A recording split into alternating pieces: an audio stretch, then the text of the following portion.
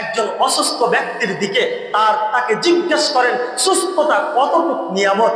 একজন অসুস্থতার দিকে আপনি তাকিয়ে দেখেন, তাকে জিজ্ঞাসা করেন আপনি যে হায়াতে নিয়ামত পেয়ে আপনি বাড়ি গাড়ি টাকা পয়সা রুজি আপনি রোজগার করেছেন, আপনি যে পেয়েছেন, আপনি এই যে কোন করে শীতের রাত্রে একটু খালি আপনি ওপর জেলায়ও দেখা যায় একজন পাগল ব্যক্তি, এবং অনেক ফুটপাতে এবং রেল স্টেশনের বিভিন্ন জায়গায় দেখা যায় এই রাত্রি কনকনে শীতে ছোট একজন বাচ্চাকে কোলে নিয়ে মা রাত্রের বেলায় কাতরাচ্ছে, খাবার নাই, থাকার বস্ত্র নাই, তার পরনে পোশাক নাই, সারা রাত্রি তুত্তুর তুত্তুর করে কাঁপতে কাঁপতে তার রাত্রিটি যাপন করছে, পার হচ্ছে।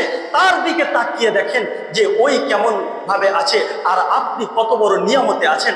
আপনি দেখেন আল্লাহ তাআলা আপনাকে এই সুস্থতা দান করার পর আল্লাহ তাআলা আপনার দুইটা চোখ দিয়েছেন, আপনি ওই ব্যক্তির দিকে তাকিয়ে দেখেন যার দুইটা চোখ নেই, ওই চোখ ছাড়া ব্যক্তির দিকে তাকিয়ে দেখেন, তাকে বলেন যে এই পৃথিবীটা কেমন, ভাতটা দেখতে কেমন, তরকারি কেমন, তোমার আপন স্ত্রী কেমন, তোমার ছেলে মেয়ে কেমন, সে বলতে পারবে না, চিনে না লাল কেমন, নীল কেমন, সেই সাদা কেমন, কালো কেমন, কোনো কিছুই চিনে না। স্বামী স্ত্রী একই সাথে রাত্রে যাপন করছে, একই সাথে থাকছে, খাচ্ছে, কিন্তু দেখতে পাচ্ছে না আমার স্ত্রীটা রংটা কেমন, কালারটা কেমন। তাকে জিজ্ঞাসা করে দেখেন যে এই নিয়ামত আল্লাহ তাআলা যে নিয়ামত দিয়েছেন, ওয়াইন তাউদ্দু নি'মাতাল্লাহি লা তুহসুহা, আল্লাহর নিয়ামত বর্ণনা করে শেষ করা যাবে না। এই নিয়ামতটা কতটুকু তাকে একটু আপনি জিজ্ঞাসা করে দেখেন। সম্মানিত সুধী, বলছিলাম যে এই যে হায়াত, এই হায়াতটা অনেক বড় নিয়ামত। ইন্নাল ইনসানা লাফি খুসর, তারাই নিমজ্জিত, পাপের মধ্যে নিমজ্জিত এবং ধ্বংসে নিমজ্জিত যারা এই হায়াত কাজে লাগাইল না। কেমন কাজে লাগাইল না? ইন্নাল ইনসানা লাফি খুসর ইল্লাল্লাযীনা আমানু, ওই ব্যক্তিরা যারা ঈমান আনয়ন করে, ওয়া তাওয়াসাউ বিল হাক্কি ওয়া তাওয়াসাউ বিস সাবর। আল্লাহ তাআলা এই দুইটা কর্মসূচি, এক নম্বরে হলো যে আল্লাহ তাআলা সর্বপ্রথম আপনাকে আমাকে নিয়ামত দিয়েছেন, আমার হায়াত নামক নিয়ামত। এরপরে বলছেন লাফি খুস ইল্লাল্লাযীনা আমানু, এরপরে বলছেন আমি যে হায়াত দিলাম, হায়াত দেওয়ার পর আমি আমার বান্দাকে ঈমান দিলাম, ঈমান আনয়ন করলো, এই ঈমানের কারণে সেই যাবে জান্নাতে। আর যে ঈমান আনয়ন করলো না, এই বেঈমান যাবে জাহান্নামে। কাফের মুশরিক যারা অগ্নি পূজক, যারা মুশরিক, তারা তো যাবে জাহান্নামে। কিন্তু আমরা আল্লাহ তাআলার এই হায়াত পেয়ে, মুসলিম ঘরে জন্মগ্রহণ করে, ঈমান পেয়ে আল্লাহ তাআলার ঈমানদারের খাতায় নাম লেখাইতে পারলাম না। কেমন ভাবে পারলাম না? দেখেন আজকে জুমার দিন, আমি বারবার বলি, প্রত্যেক জুমাই বলি, আজকে জুমার দিন, জুমার ওয়াক্ত হয়ে যাচ্ছে, নামাজের সময় চলে আসছে, এখন পর্যন্ত মুসল্লি একে দুয়ে আসছে, কোনো লাভ হবে না, কোনো লাভ নাই। কেননা রাসূল সাল্লাল্লাহু আলাইহি সাল্লাম বলেছেন, দীর্ঘ আলোচনায় এক সপ্তাহ করেছিলাম জুমার বয়ান সম্পর্কে, জুমার দিনের গুরুত্ব সম্পর্কে। যারা সর্বপ্রথম আসবে তাদের জন্য উট কুরবানি বা উট সাদকা করার নেকি রয়েছে। এরপরে যারা আসবে তাদের জন্য রয়েছে গরু সাদকা করার নেকি। এরপরে যারা আসবে তাদের জন্য রয়েছে সিং বিশিষ্ট একটা দুম্বা, এই দুম্বা সাদকা করার নেকি। তারপরে যারা আসবে একটা মুরগির মতো নেকি। এরপরে যারা আসবে তাদের একটা ডিমের মতো নেকি। আর যখনই আজান হয়ে গেল, আজানের পর খুতবা শুরু হয়ে গেল, ফেরেশতা যারা রহমতের ফেরেশতা ছিল, পাহারা দিচ্ছিল, কে সর্বপ্রথম আসে জান্নাতের খাতায়, কার সর্বপ্রথম নামটা লেখা হচ্ছিল। একে দুয়ে আস্তে আস্তে যখন খাতায় নাম লেখা হয়ে গেল, আর এদিকে আজান করে গেল, জুমার খুতবা শুরু হয়ে গেল, এই সময় ফেরেশতারাও খাতা অফ করে জুমার খুতবা শুনতে বসে গেলেন। আপনি জুমার খুতবার পরে আসলে আপনার কোনো লাভ নাই, এতটুকুই লাভ আছে, আপনি ফরজটা আদায় করতে পারলেন, কিন্তু সর্বপ্রথম আসলেন না, আজানের আগে আসলেন না, আপনার জান্নাতের খাতায় নামটা লেখা হলো না। বলতেছিলাম ইন্নাল্লাযীনা আমানু ওয়া আমিলুস সালিহাত, আমলে সালেহ করতে হবে। আমলে সালেহ কি? আমলে সালেহ যে আমলটা আপনি করবেন, এই আমলটা খালেস নিয়তে, খালেস অন্তরে আপনাকে এই আমল করতে হবে। যদি খালেস অন্তরে আপনি আজকে বাসায় বসে আছেন, জুমার দিন কোনো কাজ নাই বিধায় চলে এসেছেন, আর সারা সপ্তাহ কোনো খবর নেই, এটা খালেস অন্তরে আল্লাহ তাআলার ইবাদত হলো না। 5 ওয়াক্ত সালাত জামাতে সাথে আদায় করতে হবে। যদি জামাতে না পারেন, যেখানেই ওয়াক্ত শুরু হবে, যেখানেই আপনি থাকবেন, সেখানেই আপনাকে সালাত আদায় করতে হবে খালেস অন্তরে। সংক্ষেপে বলছি, এই সূরার তাফসিরের কথা বলেছিলাম, কিন্তু তাফসির করার সময় নেই। 4টি কর্মসূচি। এক নম্বরে কি? হায়াত। এই হায়াত আমার জন্য আল্লাহ তাআলা সবচাইতে গুরুত্বপূর্ণ দৌলত। এই হায়াতের কারণে যত রুজি, টাকা পয়সা, বাড়ি গাড়ি, ছেলে মেয়ে সব কিছু পেয়েছি। যদি এই হায়াত না পেতাম, তাহলে আমার দুনিয়াতে কোনো কিছুই থাকতো না। ইন্নাল্লাযীনা আমানু, ঈমান পেয়েছি, ওয়া আমিলুস সলিহাত, আমলে সলেহ করতে হবে, ওয়াতাওয়াসাউ বিল হক, এবং হকের আওয়াজ, হকের দাওয়াত দিতে হবে, ওয়াতাওয়াসাউ বিল হাক্কি ওয়াতাওয়াসাউ বিস সাবর, এবং ধৈর্য ধারণ, সবর করতে হবে, ধৈর্য ধারণ করতে হবে। আল্লাহ তাআলার কাছে ধৈর্য ধারণ করে আল্লাহর কাছে চাইতে হবে, কান্দা কাটা করতে হবে, আল্লাহ তাআলাকে বলতে হবে, হে আল্লাহ, আমি জীবনে যা গুনাহ করেছি আর করব না, আমাকে ক্ষমা করে দাও। আজকের এই জুমা থেকে আমরাও দৃঢ় প্রতিজ্ঞা করব যে প্রত্যেক সপ্তাহ আজানের আগেই মসজিদে উপস্থিত হব। পারবো তো ইনশাল্লাহ? ইনশাল্লাহ পারবো তো? তাহলে দেখব যে সামনের জুমা থেকে যেন আজানের পরে কাউকে আসতে না দেখা হয়। সবাই চাইবেন যে জুমার দিন সর্বপ্রথম আসি। আপনাকে তো বলা হচ্ছে সর্বপ্রথম আসবেন, সর্বপ্রথম আপনার জান্নাতের খাতায় নামটা লেখা হবে। 2 নম্বরে আসবেন, 2 নম্বরে লেখা হবে।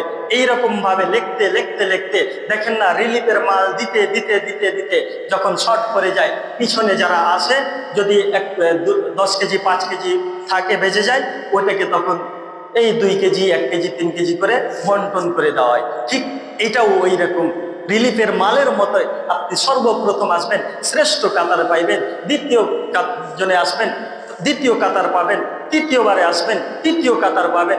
এইভাবে করতে করতে যখন খাতা সময় শেষ, এইভাবে খাতা বন্ধ করে ফেরেশতারাও আবার খুতবা শুনতে বসে যায়। আল্লাহ পাক রব্বুল আলামিন আমাদেরকে সঠিকটা বুঝে আমল করার তৌফিক দান করেন। ওয়া আখিরু দাওয়ানা আনিল হামদুলিল্লাহি রাব্বিল আলামিন।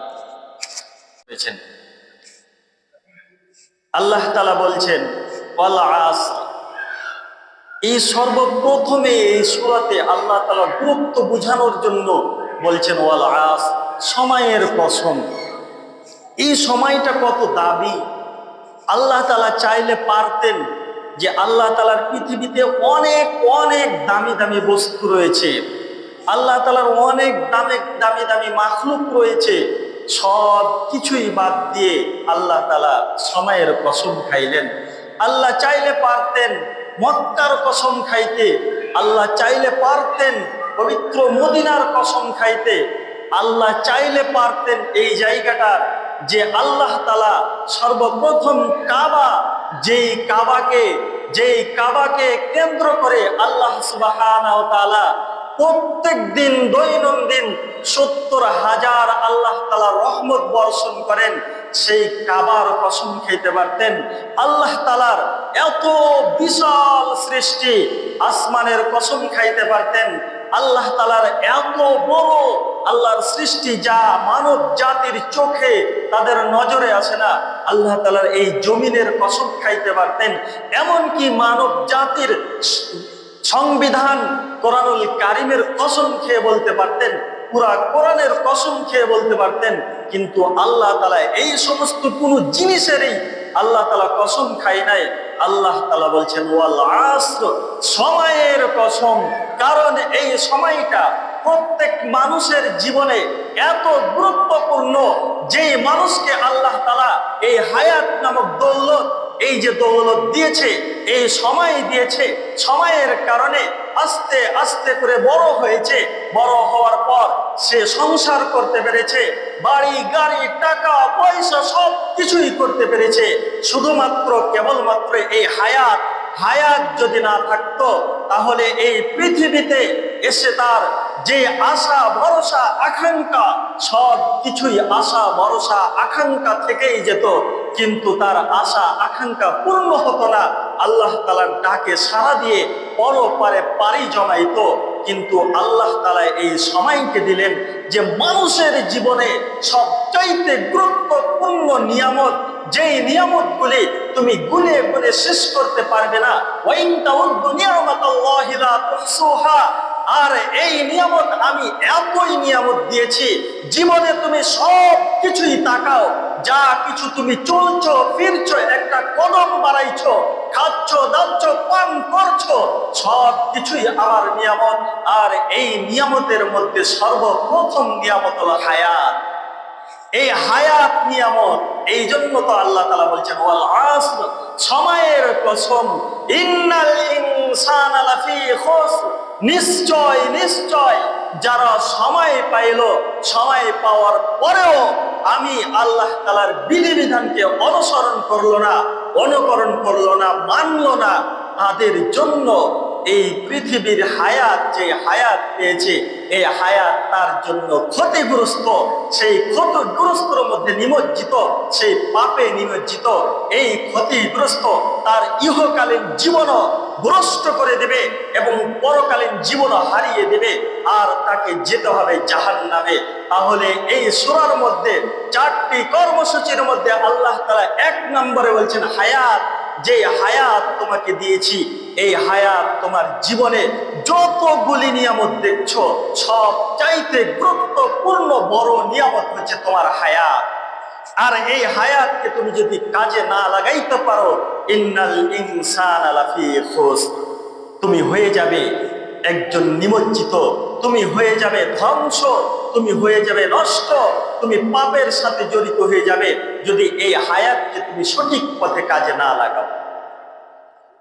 দেখেন, এই হায়াত পেয়েছি বিধায় আমাদের জীবনের যে সমস্ত নিয়ামতগুলি, এগুলি আমরা গ্রহণ করতে পারছি।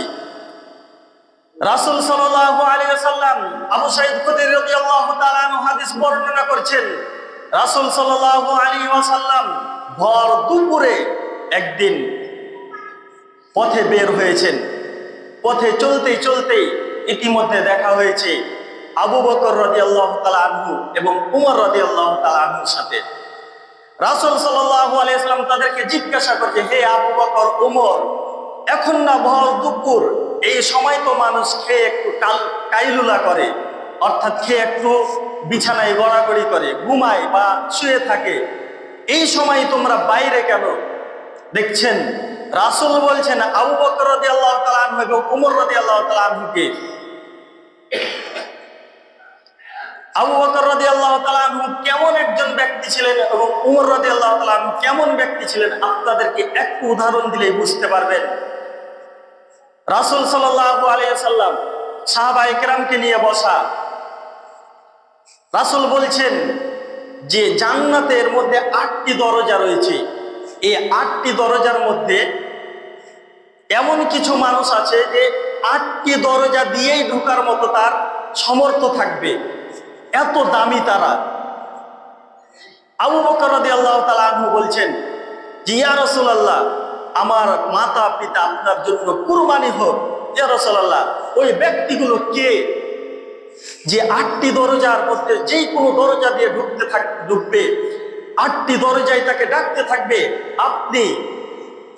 আপনি সিয়াম আদায় করেছেন, রমজান মাসের সিয়াম পালন করেছেন, রাইহান নামক দরজা দিয়ে, সেই সিয়াম পালনকারীর ওই রাইহান দরজা থেকে তার ফেরেশতারা ডাক দিবে। আপনি দান সদকা করেছেন, দান সদকার দরজা থেকে ডাক আসবে। সালাত করেছেন, সালাতের দরজা থেকে ডাক আসবে। মোট কথা 8টি দরজার প্রত্যেকটি দরজা থেকে ডাক দিবে। যেই দরজা দিয়ে প্রবেশ করবে, সেই দরজার ফেরেশতারা মনে করবে যে আমি এতই ভাগ্যবান, আমি এত ভাগ্যবান যে আমার চাইতে আর 7টি দরজায় যে সমস্ত ফেরেশতারা আছে তারা আমার মতো ভাগ্যবান না, আমি খুবই ভাগ্যবান। তো উমর রাদিয়াল্লাহু তাআলা আনহু রাসূল সাল্লাল্লাহু আলাইহি ওয়াসাল্লামকে জিজ্ঞাসা করেছেন, ইয়া রাসূলুল্লাহ, ওই 8টি দরজা দিয়ে ঢুকতে পারবে এমন লোকগুলি কে? রাসূল বললেন, হে আবু বকর, এই 8টি দরজার মধ্যে যে কোনো দরজা দিয়ে ঢোকার অধিকার পেতে হলে যে কয়জন যাবে তার মধ্যে তুমি একজন। সুবহানাল্লাহ।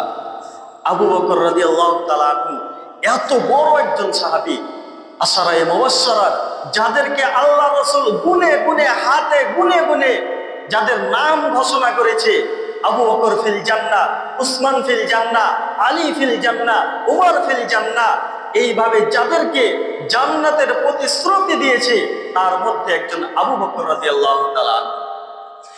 এবং আমি বলতে চাচ্ছিলাম, ওয়া ইন তাউদ্দু নি'মাতাল্লাহি লা তুহসুহা, আমরা যে আল্লাহ তাআলার নিয়ামত পেয়েছি হায়াত, আর এই হায়াত পেয়ে আল্লাহ তাআলার বিভিন্ন নাজ নিয়ামত ভক্ষণ করছি, এর উদাহরণ দিতে গিয়ে আমি আপনাদেরকে এই ওয়াকিয়া শোনাচ্ছি। এরপরে আবু বকর রাদিয়াল্লাহু তাআলা আনহু গেলে কত বড় মাপের একজন সাহাবী, ওমর রাদিয়াল্লাহু তাআলা আনহু কেমন ছিলেন। রাসূল সাল্লাল্লাহু আলাইহি ওয়াসাল্লাম বলছেন, আমি জান্নাত ভ্রমণ করছি, জান্নাত ভ্রমণ করতে গিয়ে হঠাৎ করে দেখলাম একজন মহিলা অনেক দূরে, এত সুন্দর যে মনে হচ্ছে তার গায়ের শরীরের সমস্ত রগগুলি দেখা যাচ্ছে, এত সুন্দর একজন মহিলা। তাকে জিজ্ঞেস করলাম, এই যে এত সুন্দর প্রাসাদ, এত সুন্দর বিল্ডিং, এটা কার জন্য? ওই মহিলা উত্তর করলেন, আরবের এক যুবকের জন্য।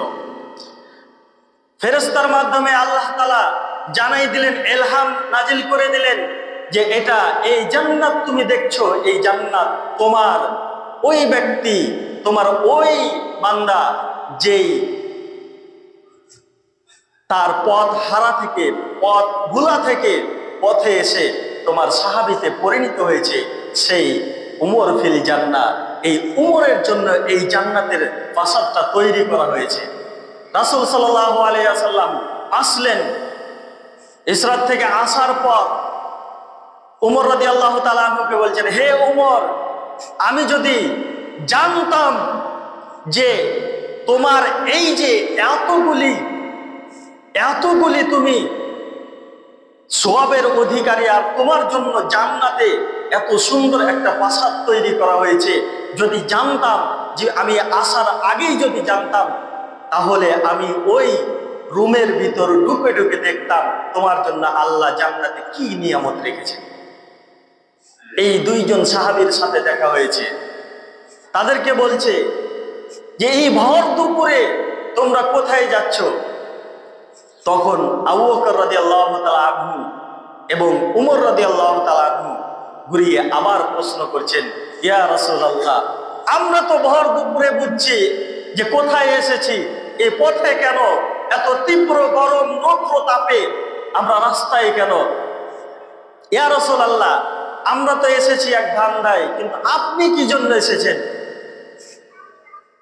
রাসূল সাল্লাল্লাহু আলাইহি ওয়াসাল্লাম বলছেন, হে আবু বকর, উমর, তোমরা যেই ধান্দায়, যেই কারণে এই পথে, আমিও সেই কারণে, একই কারণে এই পথে। কারণ একজন জান্নাতের সার্টিফিকেট প্রাপ্ত সাহাবী আবু বকর এবং উমর, আর যার কথা বললেই না, তিনি তো নিষ্পাপ মাসুম, যারা আগের পরের গুনাহ ক্ষমা করে দিয়ে যাকে জান্নাতের কান্ডারি, যার সুপারিশ ছাড়া জান্নাতে প্রবেশ করতে কেউই পারবে না, আমিও পারবো না, আপনিও পারবেন না, এমনকি আমাদের পূর্বের কোনো নবীও পারবে না তার সুপারিশ ছাড়া জান্নাতে যেতে, সেই মুহাম্মদ রাসূলুল্লাহ সাল্লাল্লাহু আলাইহি ওয়াসাল্লাম, তারা 2 দিন 3 দিন যাবত অনাহারে রয়েছে, ক্ষুধার জ্বালায় রাস্তায় নেমে পড়েছে। তিনি বলছেন, হে আবু বকর, উমর, তোমরা যেই কারণে এসেছো, আমি ওই কারণে এসেছি, তোমাদের কারণ আমি বুঝতে পেরেছি, চলো আমরা কোথায় খাবার পাই একটু তালাশ করে দেখি। হাঁটতে হাঁটতে একটা বাড়িতে উপস্থিত হলেন, বাড়ির দরজায় গিয়ে সালাম দিচ্ছেন, আসসালামু আলাইকুম রাহমাতুল্লাহ। বাসার ভিতর থেকে কোনো আওয়াজ আসছে না, আরেকবার দিলেন, কোনো আওয়াজ আসলো না, আরেকবার দিলেন, কোনো আওয়াজ আসলো না। ইতিমধ্যে এখন ফেরত চলে আসবে, এই সময় একজন মহিলা বাড়ির ভিতর থেকেই ডেকে বলছেন, ইয়া রাসূলুল্লাহি, ইয়া রাসূলুল্লাহি, আপনি এদিক থেকে, আমার বাসার থেকে আপনি ফিরে যাবেন না, আপনাকে দাওয়াত করা হলো আমার বাসায় ঢুকবেন। তার বললেন, এটা কার বাসা? তিনি বললেন, আবু হাইসামের বাসা। তিনি বললেন, রাসূল বললেন, আবু হাইসাম কোথায়? বলছে, আমার জন্য আবু হাইসাম আমাদের জন্য পানি আনতে গিয়েছে।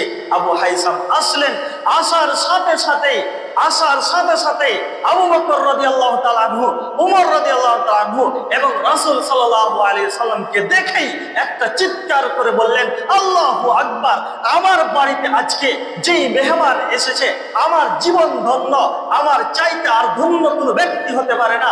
চিৎকার মেরে বললেন, ইয়া রাসূলুল্লাহ, আমার বাসায় আপনি দাওয়াত খাবেন, খাবার খেয়ে আপনি যাবেন। দেখেন, উনি একজন আবু হাইসাম রাসূল সাল্লাল্লাহু আলাইহি সাল্লামকে এবং আবু বকর এবং ওমর রাদিয়াল্লাহু তাআলা আনহুকে দেখে চিৎকার মেরে গর্ব করে বলছেন যে আমার মতো আর উত্তম ব্যক্তি, আমার মতো সৌভাগ্যবান আর কেউ হতে পারে না। কিন্তু আজকে দুঃখ আর পরিতাপের বিষয় হচ্ছে, আল উলামা ওয়ারাসাতুল আম্বিয়া, যেই নবীর ওয়ারিস হচ্ছে, যেই নবীর ওয়ারিস হচ্ছে উলামায়ে কিরাম, এই উলামায়ে কিরাম সমাজের মধ্যে কতটুকু দাম রয়েছে, আপনার বাসার কুকুরের যতটুকু দাম আছে, আপনার বাসার ছাগল বিড়াল, আপনার বাসার গরুর যতটুকু দাম আছে, এই পরিমাণ আজকে আলেমের দাম নাই। দেখলেই তাকে তুচ্ছ মনে করেন। যদি তার আপনার পাশে যায় তাহলেই মনে করেন হয়তোবা কোনো কালেকশনে এসেছে, অথবা কোনো চাঁদায় এসেছে, অথবা আমার পাশে বসেছে, হয়তোবা এক কাপ চা খাওয়াতে হবে বা নাস্তার আশায় বসেছে, এরকম মনে হয়। অথচ আবু হাইসাম রাদিয়াল্লাহু তাআলা আনহু গর্ববোধ করে বলছেন, আমি তো সবচাইতে বড় সৌভাগ্যবান, আজকে আমার বাসায় যারা আমন্ত্রিত হয়েছে, যারা মেহমান এসেছে, আমার চাইতে আর কপাল ভালোওয়ালা কেউ নেই। আজকে একজন আলেমকে সম্মান কতটুকু করতে হবে আমরা আজকে বুঝছি না। অথচ এই আলেম ছাড়া আপনার শুরুরও কাজ হচ্ছে না, এই আলেম ছাড়া আপনার শেষেরও কাজ হচ্ছে না। এই আলেম ছাড়া কেউ যদি বিবাহ বন্ধন নিজে নিজেই করে, তাদের সংমিশ্রণে যে ছেলে সন্তান হয়, তারা তো না জায়েজ জারজ হিসেবে গণ্য হয়, হয় না? হয়। আবার আপনি এই যে শুরুতে বিবাহ পড়ানোর জন্য, হালাল করার জন্য আলেমের প্রয়োজন হচ্ছে, আবার যখন মারা যাচ্ছেন তখন আপনি আবার ধার করে ওই আলেমকেই দিয়ে আপনার জানাজা ও সমাধি করা হচ্ছে, অথচ সমাজে ওই আলেমের দাম নাই। সম্মানিত মুসলিম বৃন্দু, দেখেন, আবু বকর রাদিয়াল্লাহু তাআলা আনহু, ওমর রাদিয়াল্লাহু তাআলা আনহু এবং রাসূল সাল্লাল্লাহু আলাইহি ওয়াসাল্লাম তার বাসায় গেলেন। বাসায় যাওয়ার পর অনেকগুলো খেজুর নিয়ে আসলেন। রাসূল সাল্লাল্লাহু আলাইহি সাল্লাম বলছেন, হে আবু হাইসাম, তুমি এত খেজুর নিয়ে এসেছো কেন? বলছে, ইয়া রাসূলুল্লাহ, আমি এত খেজুর এই জন্য নিয়ে এসেছি যে কিছু পাকা আছে, কিছু কাঁচা আছে, আপনি কোনটা পছন্দ করেন আমরা জানি না, আপনি পাকাটা পছন্দ করেন নাকি কাঁচাটা পছন্দ করেন, আপনার যেটা পছন্দ হয় সেটাই খান। আজকে যদি খালি একটু বলা হয় যে এই জিনিসটা ছাড়া ওই জিনিসটা ভালো লাগে, তাহলে বলবে হুজুরদের তো জিবা 7.5 হাতের, আর কত ধরনের কথা। অথচ আবু হাইসাম রাদিয়াল্লাহু তাআলা আনহু 2 ধরনেরই খেজুর নিয়ে এসেছেন। দেখেন, আমাদের মান সম্মান ইজ্জত আপনাদের দ্বারে বাড়ানোর জন্য বলছি না, আমি বলছি যে রাসূল, যে রাসূলের কর্ণধর, যে রাসূলের ওয়ারিস, যে রাসূলের ওয়ারিস ছাড়া এই পৃথিবীতে দিন টিকানো সম্ভব না। আজকে দিন টিকানোর জন্য যুগে যুগে দেখেন কার অবদান রয়েছে। আপনি পূর্ববর্তী থেকে, সেই ইতিহাস থেকে খুঁজে আসেন, যে ব্রিটিশ খেলাও আন্দোলন থেকে না, সাহাবায়ে কেরামের জীবন থেকে দেখেন যে এই দিনকে বুলন্দ করার জন্য, এই কালিমাকে মানুষের দ্বারে দ্বারে পৌঁছানোর জন্য লোক কতটুকু ত্যাগ তিতিক্ষা স্বীকার করেছেন, আর এই দিনকে মানুষের দ্বারে পৌঁছানোর জন্য আলেম ওলামা সাহাবায়ে কেরাম কতটুকু রক্ত দিয়েছে, জীবন দিয়েছে। আপনি যদি 1941 সাল থেকে শুধু এতটুক থেকেই আপনি যদি ইতিহাস খুঁজে দেখেন, তাহলে সেই ব্রিটিশ খেদাও আন্দোলন থেকে, মাহমুদুল হাসান দেওবন্দি থেকে, আর আব্দুল আজিজ মুহাদ্দিস দেহলভি থেকে, আর আপনার কাসেম নানুতুবি থেকে যদি এইভাবে ইতিহাস রচনা করতে যান, এমন একটা ইন্ডিয়ার গাছ ছিল না যেই গাছে আলেমদেরকে টেঙ্গে বেঁধে ফাঁসি লটকে এবং আগুনে পুড়িয়ে মারা হয়নি। হাজার হাজার লক্ষ লক্ষ এই ব্রিটিশরা আলেমদেরকে মেরে প্রতিহত করে এই যে দিনকে নিস্তব্ধ করার জন্য চেষ্টা করেছিলেন, কিন্তু আজও পর্যন্ত পারেনি, কিয়ামত পর্যন্ত পারবে না।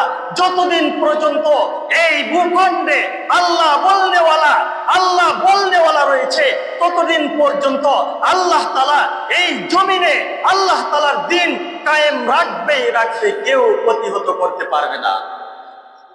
সম্মানিত মুসলিম বৃন্দ, বলছিলাম আবু হাইসাম রাদিয়াল্লাহু তাআলা আনহু এরপরে চাকুটা নিয়ে ছুরিটা নিয়ে যাচ্ছেন। রাসূল বলছেন, আবু হাইসাম দাঁড়াও, তুমি কোথায় যাচ্ছ?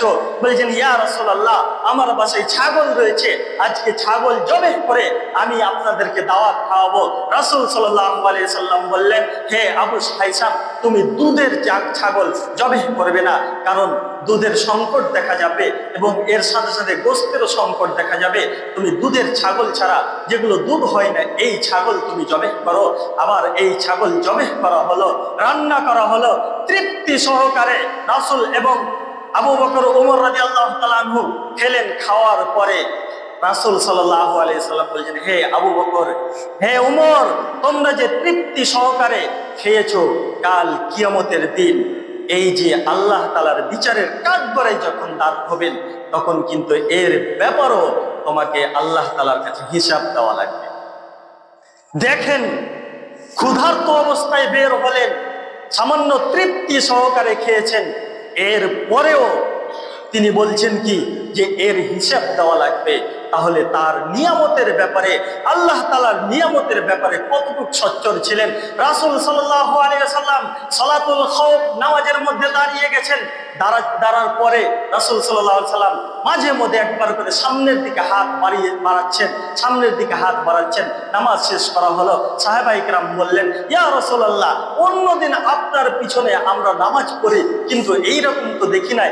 আজকে আপনি সামনের দিকে হাত বাড়াচ্ছেন, আবার পিছনে হাত নিয়ে আসছেন, আবার মাঝে মধ্যে সামনে হাত বাড়াচ্ছেন, এর কারণ কি? রাসূল সাল্লাল্লাহু আলাইহি সাল্লাম বললেন, এই যে সাহাবায়ে কেরাম, তোমরা শুনে রাখো, পূর্ব দিকে যেই সূর্য ওঠে আর পশ্চিম দিকে যেই সূর্য ডুবে, এই तमाम পৃথিবীর মধ্যে যত আল্লাহ তাআলার নাজ নিয়ামত ছিল, সম্পূর্ণ আমার সামনে হাজির করা হয়েছে।